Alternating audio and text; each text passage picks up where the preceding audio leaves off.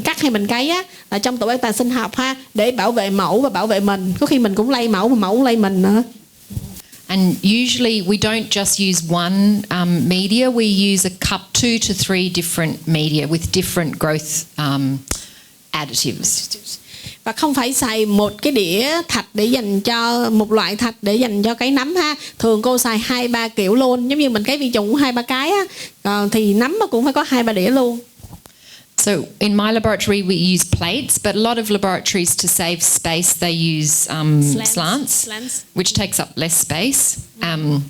If you're using plates, you need to seal them with parafilm to stop them drying out, and also stop them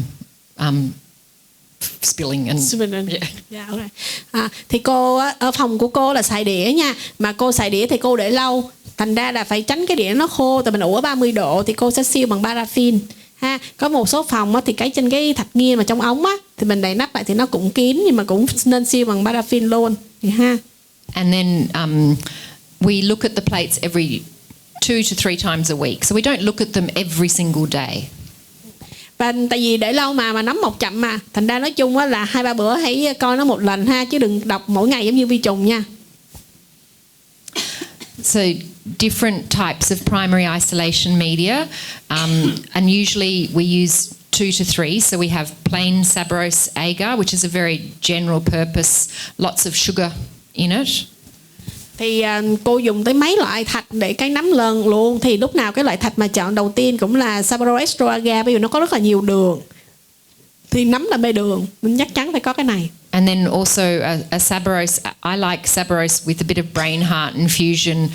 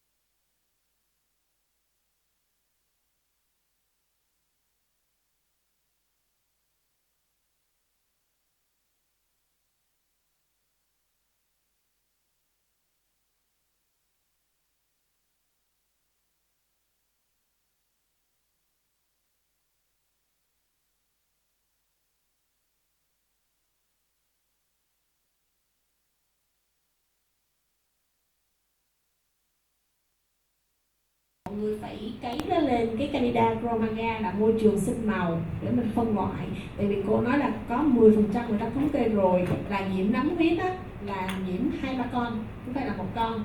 Thành ra là cái khi mình cấy được nghĩa BA thì con nào cũng như con nào là cắt bóc hết á. Còn bây giờ mới cấy lên chromaga mình sẽ thấy cái màu nó khác. Nên là phòng của cô là tất cả là nấm hạt đen là dương tính từ trái cây máu là cấy trên chromaga. And the company now has a chrome agar, which is chromogenic agar plus, which has selects for Candida auris as well. Thì mọi người ơi, bây giờ cái công ty mà nó bán cái gì chromaga, giờ này nó mới chế ra cái mới ha, đó là chromaga mà nó có luôn cho Candida auris. Cái là Candida auris sẽ có màu khác và cũng là trong đây luôn. Thì đó, thì đang biết mấy công ty bán này hồi xưa đang mua cũng 10 mấy năm rồi đó. Cái chromaga này cũng mua lâu rồi. Ai không biết chỗ nào mua, nó đang giới thiệu chưa?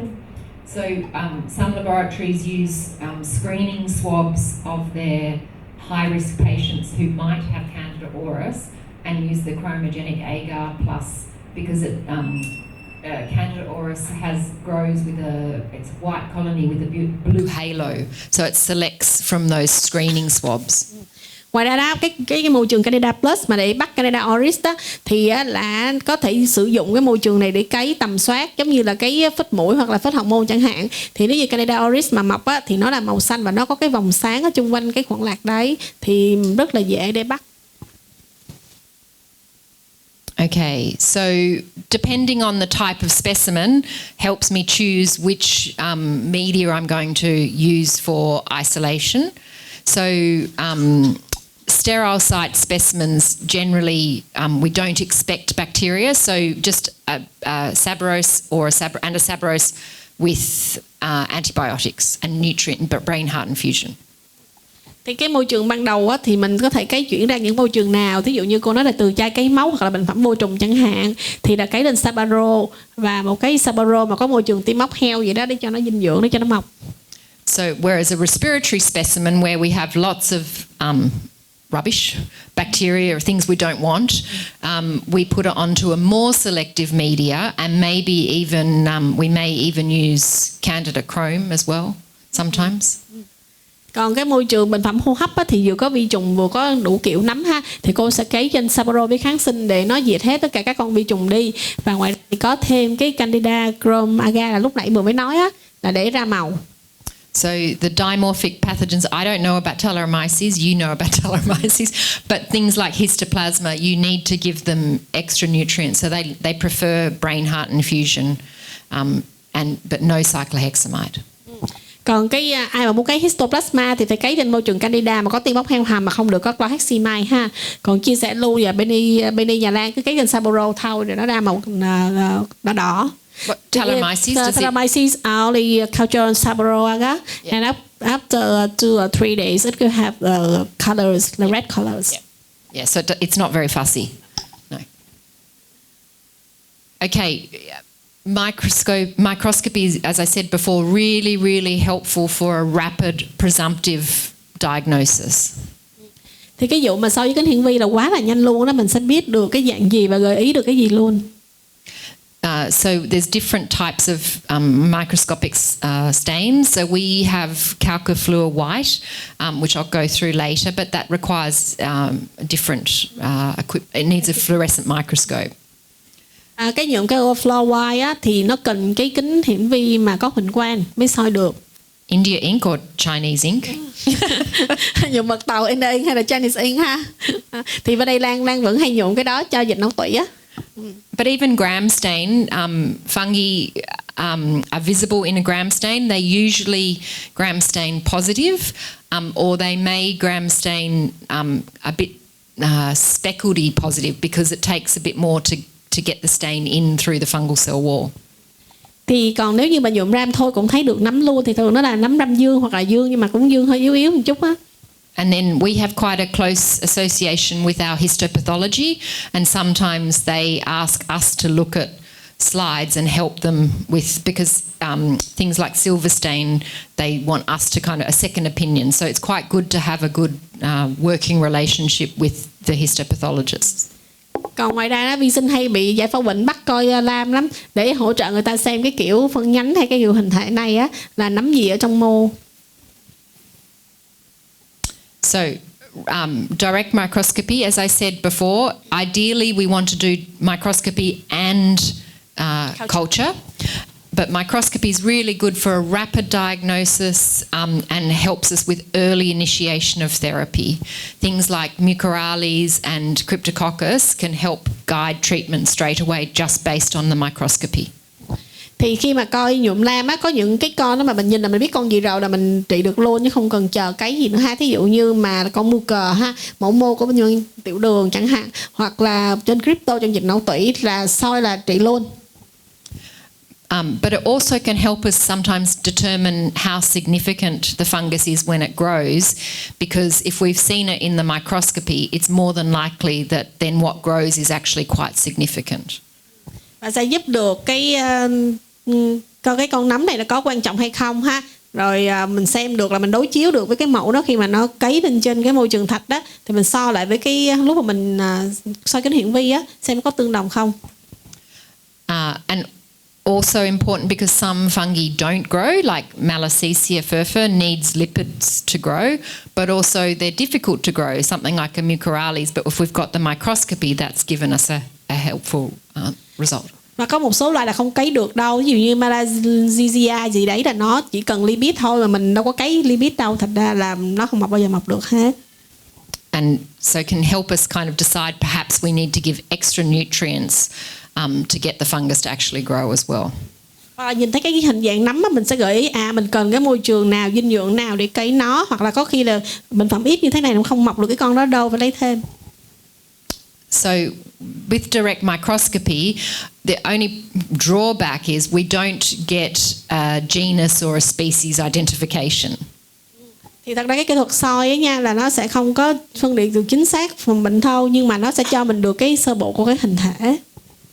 So it requires quite careful observation and good understanding of mycological structures. But for example, the bottom we've got a mucorales, we've got sparse, septate, broad, ribbon-like hyphae, but we don't know what genus or species it is. Thì ví dụ như có cái hình mô nhuộm HE là mọi người ơi, thì mình nhìn cái hình là mình biết coi như là cái vách nó cái con này nó cực kỳ là to ha, nó tương ứng với mucorales ha, nhưng mà mình cũng chả biết nó thuộc dòng họ nào, tại vì nó mà trong mô là chắc chắn là đã là giải phẫu bệnh rồi, sao mà cấy được. And similarly here, we've got a blood culture which has filamentous fungi with regular septation, but we don't know is that Aspergillus or is it a Fusarium or a Scedosporium or a Penicillium? Và ví dụ như trong chai cấy máu đi, mình nhuộm ra mình thấy một cái nấm sợi phân nhánh ở trong chai cấy máu ha, nhưng mà mình chẳng biết được nó là Fusarium hay là Aspergillus hay là nó là Penicillium ha, không biết được đâu. Actually, it's probably not Aspergillus because Aspergillus never grows in a blood culture. Thì cô nói là không phải là Aspergillus ha, tại vì Aspergillus không có mọc trong máu đâu, tại vì đa số là nó hướng mô. Aspergillus mà vô người mình là nó bám vô mô luôn ha, rất là khó bắt cái thời điểm ở trong máu. So calcifluor white, do people here have calcifluor? No? So it's more, do you have KOH and ink? Yeah. So this is calcifluor white is a more sensitive microscopic way of looking for fungi in specimens. Thì cái nhuộm mà calcifluor white mà coi fluorescence á, thì nói chung giờ ai mà muốn đầu tư về nấm á là phải có cái kính hiển vi mà huỳnh quang, rồi mua thêm cái hóa chất này nhuộm đi, bởi vì á, mình nhuộm lên mình sẽ thấy được hình thể rất là đẹp đó, như mình thấy nè. But so you can buy little droppers of calcifluor white, but you need a fluorescent microscope. Thì nói chung là mình mua cái hóa chất ha, rồi mình có cái kính hiển vi huỳnh quang, tức là mình sẽ đọc được. So calcifluor white binds to the chitin in the cell wall of fungi, and then that's what fluoresces under the microscope. Thì cái nguyên tắc là calcifluor đó, nó sẽ bám vào cái chitin ở trong cái màng tế bào nấm ha, và nó sẽ phát màu với kính hiển vi huỳnh quang. Only Cryptococcus and the mucorales don't fluoresce so well because they don't have that in the cell wall. Chỉ có Ripto với Mucor đó là không có nhuộm này được, bởi vì nó đâu có chitin đâu mà bám mà xem. But you can use it for pneumocystis, PCP, yeah. Ví dụ như mấy ca mà bệnh phổi đó, mình muốn chẩn đoán pneumocystis carinii đó, có thể lấy bệnh phẩm ha và nhuộm trực tiếp với cái này luôn. Okay, the India ink or Chinese ink. Đây là mực tàu. Actually, we see it's more beautiful. Like we have a very dark background and a very bright moon. Yeah, it's a beautiful. But this picture is not as beautiful as we see in the microscope. It's what I have on file. But it's still it's diagnostic for Cryptococcus. Yeah. Thì cái mực tàu á, cô nói mực tàu hay là mực Ấn Độ, cô là